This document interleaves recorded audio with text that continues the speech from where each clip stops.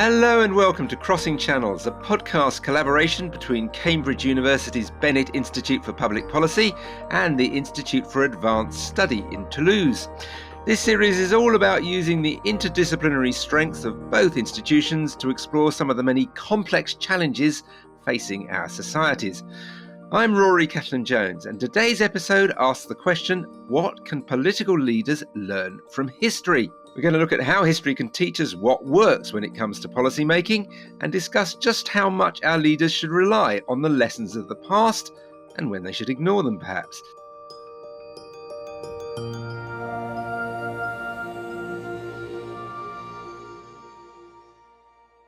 To explore these issues, we have Victor Gay from the IAST. Victor, remind us of your main research interests. Hi, so I'm Victor Gay. I'm a professor of economics at Toulouse School of Economics and IAST.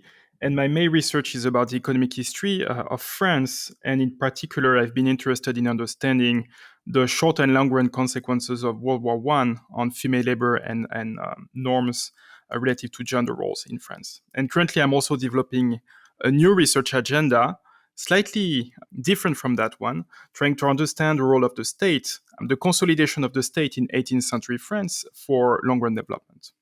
Well, we'll be interested to see whether 18th century France can tell us anything about 21st century France or anywhere else. And our other panelists from the University of Cambridge, we have Lucy Delap. Lucy, what do you focus on?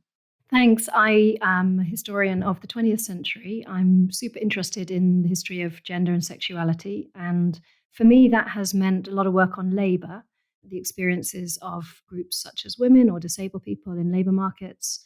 But I'm also interested in how ideas get activated at the kind of grassroots level. So I work a lot on social movements such as women's movements. And we'll be trying to take advantage of your great analysis of those different trends and how they relate to what's happening today.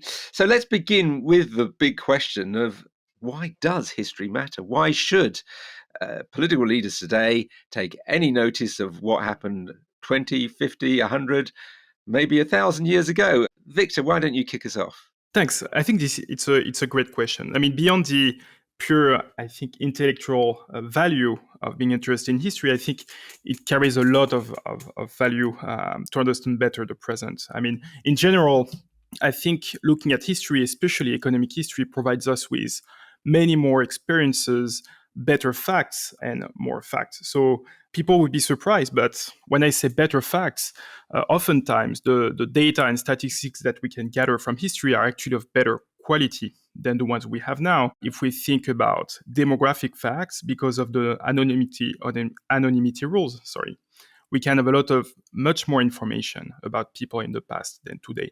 So all of this enables us to kind of study the long-run consequences of historical events in much more depth. We'll come back to that, but let me just take the example of, suppose we want to try and understand the very long-run consequences at the individual level of being born during the current COVID crisis. So one might want to look at the past, the influenza epidemics of 1918 in Europe. And because we have all this information at the individual level in the past, we can understand much better and follow people over time, 40, 50, 60 years. And we are able to understand these consequences. Why is this of importance for policymakers? Well, we have a lot of different episodes that repeat themselves over and over again, and we'll come back to that, but with some method, I think we can learn from this and develop better economic policy. You've anticipated one area which we are going to look at, but let's look big picture first with you, Lucy. I mean, why do you think what you've been spending your career looking at, which is mainly the 20th century and gender, why might that have relevance for what political leaders are deciding in various areas today? Well, political leaders are often a bit reluctant to look historically. They often think my whole focus is on the future and delivering better in the future. So, we're trying to transcend history, not look back at history. And yet, looking back historically can sometimes really provide the key to thinking differently about a topic. So I think historians often work very holistically. They try to understand the kind of full complexity of an event or set of processes.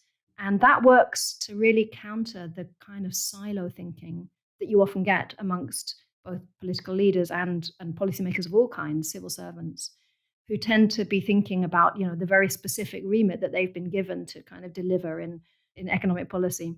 And they fail to kind of put it in its full picture.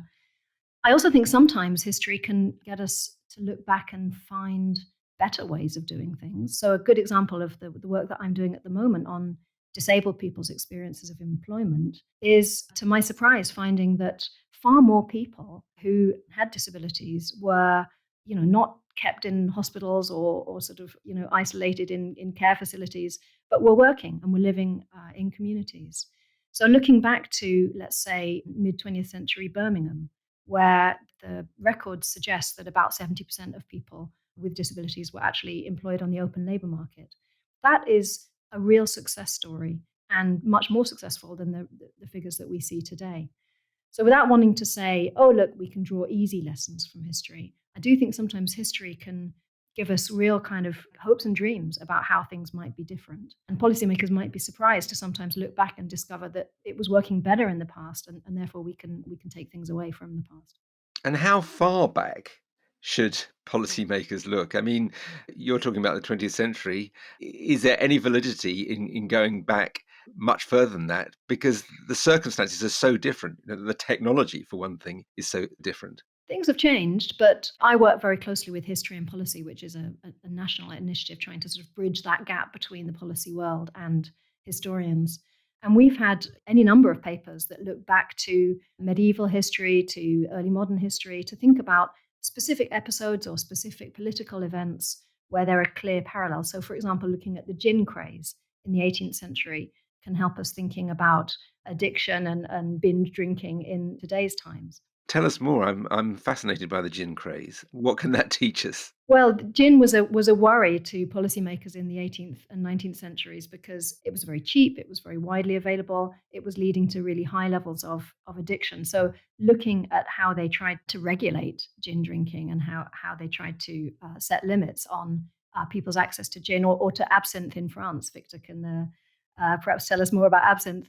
Gives us a sense of really how the modern state was invented and how it started to intervene more directly into the lives of working people, as can World War I, when there were efforts made to prevent people from drinking, for example, early in the morning. Regulations watered down the strength of beer, all designed to try to curtail people's drinking and regularize their lives and make them more productive as workers, essentially.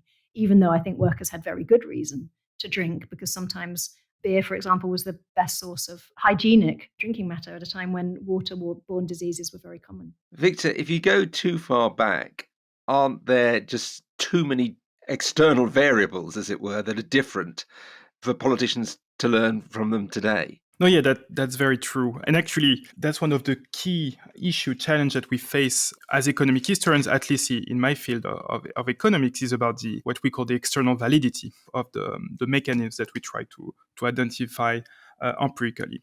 So there is always this trade-off. So on the one hand, the more you go far back in history, the more you're going to have access to more facts, to more episodes that might relate to the present. But of course, context is going to change, and the mechanisms you're going to be able to look at perhaps are going to be conditioned by historical phenomena, the context in different ways that is going to be harder and harder to observe and to interpret because they're going to be further and further away.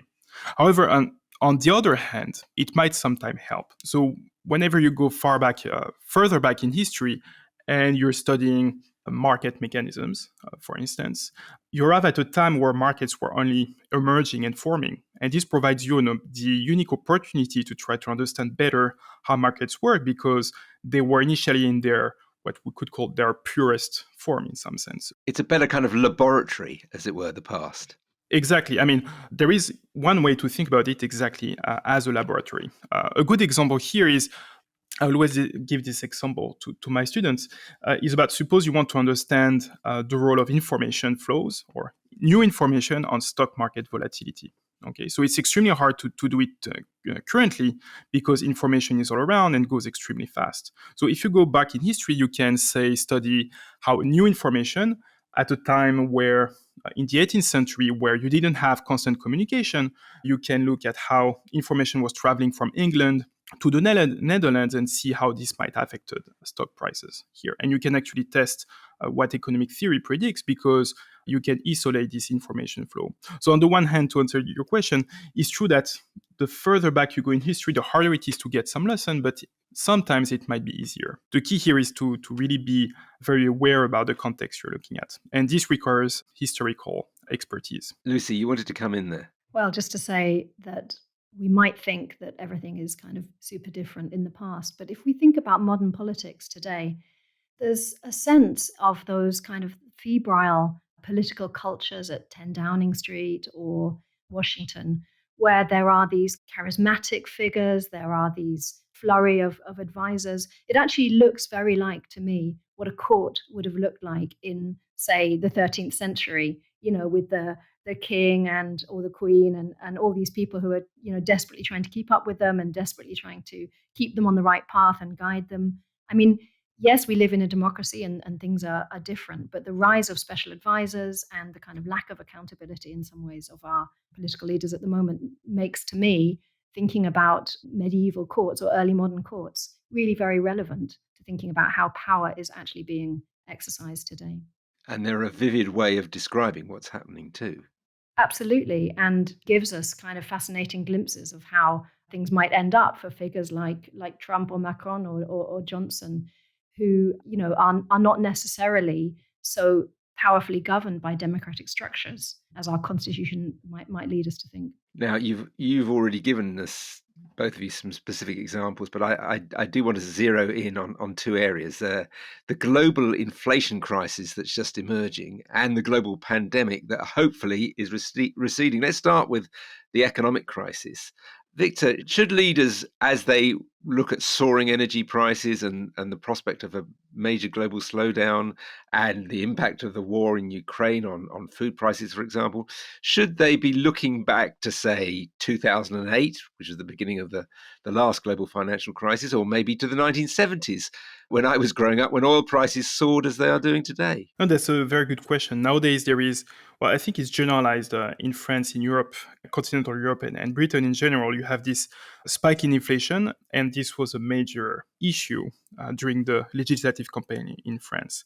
So, yeah, many people have done this parallel with the 1970s, where in 1973 and 1979, 1980, you had oil price shocks, making this parallel. So, is it worth making some parallels and trying to draw some lessons? Well, you need a clear method, a comparative method, trying to find commonalities and differences.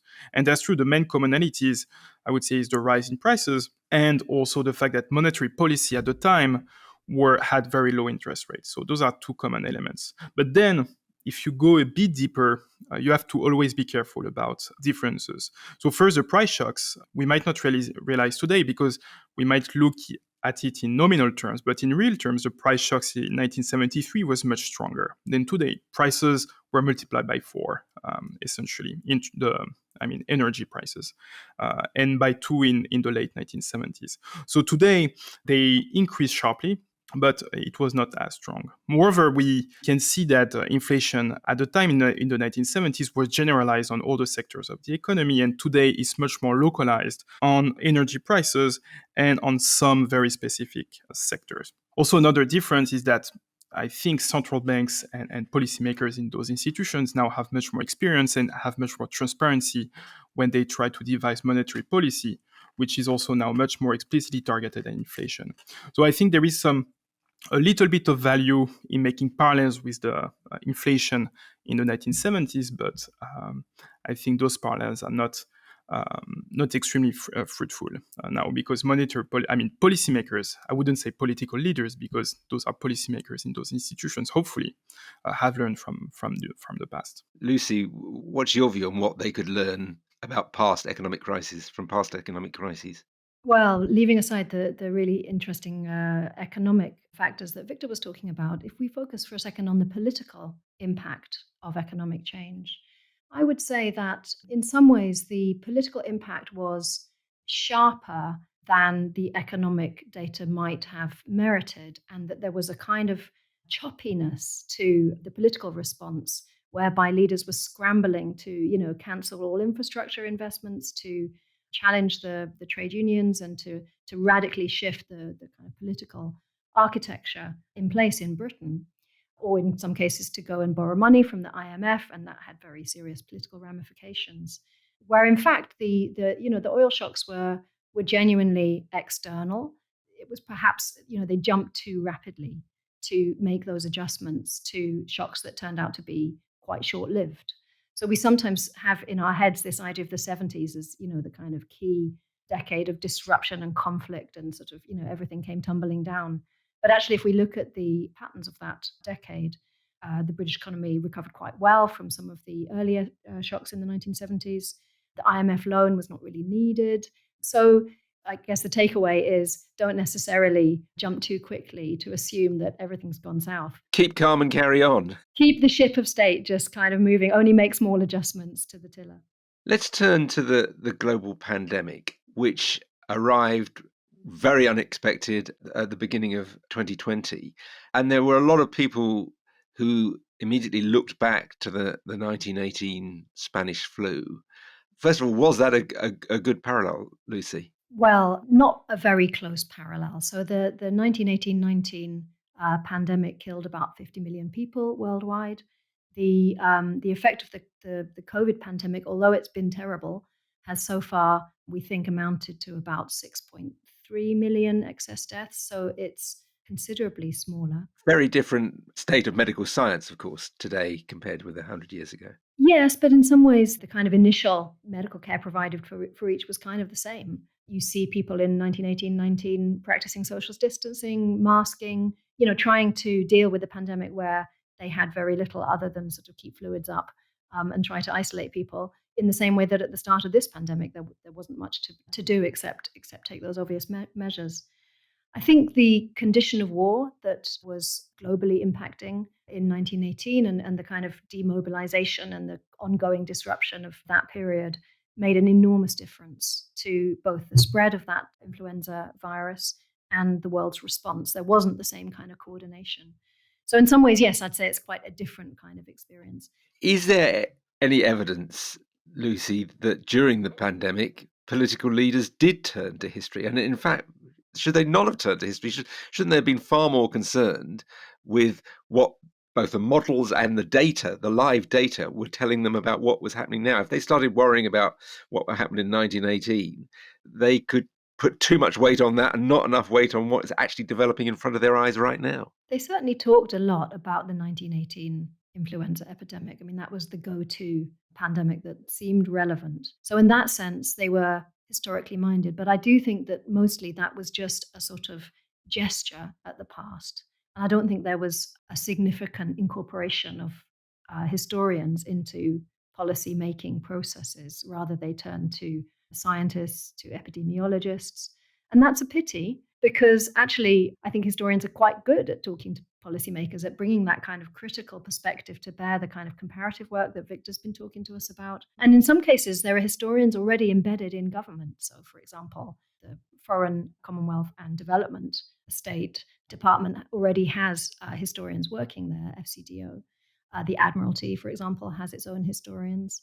So it's not that there's not a tradition of historians being in government, but I did not see any historians up there at the nightly press conference. Do you think the general public would have taken it well if a historian had been lecturing at the daily press conferences instead of a health expert? Well, I'd like to think that they would have enjoyed it. After all, there's a huge presence of history in our public life. One of the problems is that our political leaders often think that they are historians. They write often rather kind of poorly done history books. They've got their eye to history themselves. They want to be in history, and therefore they try and write it. Winston Churchill famously said, history will be kind to me because I intend to write it. Other political leaders have kind of taken it from there. So perhaps that's why they don't want to talk to historians, because they think that they've already got history taped. I think that what they should have done is look back to the HIV/AIDS crisis. Now, it's a very different kind of epidemic. In its global scale, though, it's not unreasonable to ask, what did it do to the economies, to society? How did governments respond to it? And what's interesting about HIV/AIDS is that, like the 1918-19 pandemic, it took out the economically active. So it had a very kind of specific impact across many societies. So, I think historians would have had lots to say about lots of different kinds of experiences of pandemics, as well as non-pandemics, that could easily have been relevant to this experience. Do we think historically? Absolutely we do. Look at The Crown and its popularity in giving us a sort of... The TV series, the Netflix. The TV series, The Crown. I talk about it all the time with my students. It shapes the way they think about history. So certainly we're thinking historically all the time. And one of the things that we need to do is just draw that out and make sure that we're doing good history and not what Margaret Macmillan, historian, has called nursery history, which is kind of, the history that makes us feel good. Victor, do economic historians get listened to? Because it often does seem to be that is an area where journalists certainly always look to the past to warn people that, it could be like the 1970s again. That's a big theme around at the moment in the newspapers and broadcasters. No, for sure. Whenever there is a financial crisis or an economic crisis of some sort, you hear a lot about economic historians or financial historians. And also, as policymakers, I think they are listened to. I mean, a good example is Ben Bernanke, who was chairman of the Fed, who was a specialist of the Great Depression of the 1930s. So I think they are listened to as policymakers. But here I would draw a line between policymakers in institutions, independent institutions, and political leaders who oftentimes tell the history they want to tell. And I mean, we've heard that a lot in the past election in France. They all have their own vision of history. But I think having an ideological view of history is always dangerous. Well, that's exactly where I was coming to, that if we talk about learning from history, we've got to work out whose history we want to learn from, haven't we, Lucy? I mean, it's changing all the time. I'm sure your work on gender in the 20th century has highlighted very different views of history from women's point of view than may have been the accepted version. Absolutely. I'm really pleased to hear you say, Rory, that history changes all the time, because that exactly corresponds to how historians work. But one of the reasons why history is so controversial in public life today is because our political leaders often say you can't change history. They're referring there, of course, to the sum of facts about the past. Whereas for us, history is an analytic discipline, which is about interpreting what happened in the past. And it changes all the time. So absolutely, critical histories like women's history and feminist history have completely turned on its head what we think about the past. It's helped to bring in new kinds of historical actors. It's helped us to see the limits of, say, political appeal of political parties in the past. And Victor, in terms of economic history, as you kind of indicated, that is a huge live political battleground right now, and has been for some years, between the so-called free marketeers and those who believe in more government intervention. So presumably, which lesson you take from history depends on which camp you're in. Well, hopefully not. but as a political leader, that is. Yeah, yes. No, apparently it is. And I mean, all of them try to say, these are the facts, this is history, but suppose that even as accurate as they would like to be, well, you have to really think about how those facts, I mean, so-called historical facts, were constructed in the first place. So if you think about female labor in the early 20th century, so I studied that for my dissertation, and you realize that even those facts, you have to be very careful about them. So if you think about categories of female labor in the census, for instance, these were categories that were only emerging at the time. So the concept of the labor market was actually new. I think in the census in Britain, the concept of gainful occupations only came about in the late 1870s, I think. And the definition changed a little bit over and over. And to define what was female labor, in some sense, was extremely hard on the part of statisticians, especially because they, in some sense, didn't care that much about it. They care much more about industrialization and the work of men. So if you look at the census, in the most detailed returns, you have about 1,500 occupations detailed, and you would have on those 1,300 occupations by men, in some sense. And the rest were female occupations. What we can see from the statistics was really generated by some biased view of reality at the time and reflected the concerns of those who were building those statistics. So all this to say, even if we try to say, well, politicians shouldn't use the biased view of history, I'm not sure there is an objective view of history. Lucy, I see you nodding. But on the other hand, you have spoken of wanting a broader view of history and have indicated where that could come from. Yeah, I think that what history can do is it can talk to us about the kind of short-term, medium-term, and long-term effects of specific episodes. So let's focus again on women's mobilization during World War One. They were widely drawn into the labor force in certain workplaces and roles that women hadn't previously done. They were also drawn in to do jobs like clerical work.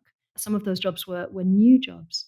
What I'm interested in is how World War One saw a press response to women's work that was really glowing. You know, people celebrated their contributions. They were delighted to see women step up to that citizenship role, but also that they could turn on a dime and, as soon as hostilities ended, start saying that women needed to get out of those jobs, that they were blocking jobs that should be men's jobs. That's super interesting for us, thinking about the revaluation of workers that went on during the pandemic. How grateful we all were to the people staffing hospitals, staffing care homes, emptying our bins, continuing to make the trains run, for example. But again, we get a bit of that same sense of like turning on a dime and opinion being very changeable when we think today about how much demonization there is in the press of the rail workers in the UK. We were very grateful to those workers during the pandemic. Now we're concerned about them bringing Britain's trains to a halt. So I think the history here can tell us about how public opinion is very variable. But in the medium and long term, women's work during World War One and of course during World War Two led to a much stronger labour market position for them. So even though they were turfed out of jobs in 1918 or in 1945, actually the long-term effects were that they had gained new skills, that they were imaginable in roles where previously perhaps they wouldn't have been seen. And the big shift that happens in the second half of the 20th century is about the rise of women working, particularly married women working. Those jobs weren't always good jobs. They were sometimes pretty poorly paid. They were part-time jobs. But nonetheless, there was a big shift in the medium to long term. I suspect we're going to see the same kind of shift around those key workers who emerged as so absolutely crucial during the pandemic and who I think are going to see an improvement in their working conditions in the longer term. The other debate, of course, Victor, is about how we work. Policymakers arguing about whether everyone should be back in an office or whether technology enables them to work effectively from home. And there aren't that many lessons from history, are there? Because the technology is there now and it wasn't 20, 30, 50 years ago. Well, no, that's true that at first it looks like there are no parallels in history. And here I'm just thinking out loud, but Lucy was talking about labor during World War One. And here, perhaps one lesson here is that you had a permanent shift, I think, of conditions of labor, at least in France. New methods of work, at least in the manufacturing sector, in France arrived for the first time during the war, because you had a lack of male labor. At first, they tried to substitute with foreign workers, then women, and then soldiers with industrial skills, but of course they could not cope with the demands, and so they had to implement new methods. And after the war, we see that you had this kind of threshold effects where these new methods were permanently adopted, and perhaps helped a transition from self-employment, female labor market dominated by so-called self-employment, toward working in the manufacturing sector, at least in France. There are some parallels to be drawn. I would have to think more about what kind of lesson we can draw from this. I would say that that's one of the places where we might go further back in history and recognize that actually it's quite recent and quite contingent that we have a kind of clear sense of the workplace that we travel to every day.